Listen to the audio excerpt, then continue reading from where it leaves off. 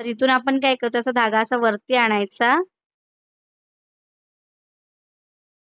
त्यानंतर आपल्याला काय करायचं, एक एक राईस बीड घ्यायची आहे आणि जशी आपण झिगझॅग लाईन क्रिएट करतो त्याच पद्धतीने आपल्याला काय करायचं, वर्क करायचंय. पलीकडच्या लाईनवर जायचं आणि चेन स्टिच द्यायची आहे.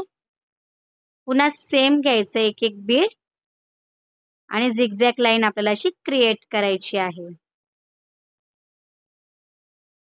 एक एक राईस बीड घ्यायचंय आणि पलीकडच्या साईडला जाऊन आपल्याला काय करायचं, असं चेन स्टिच द्यायची आहे. याला आपण म्हणतो झिगझॅग बीड स्टिच.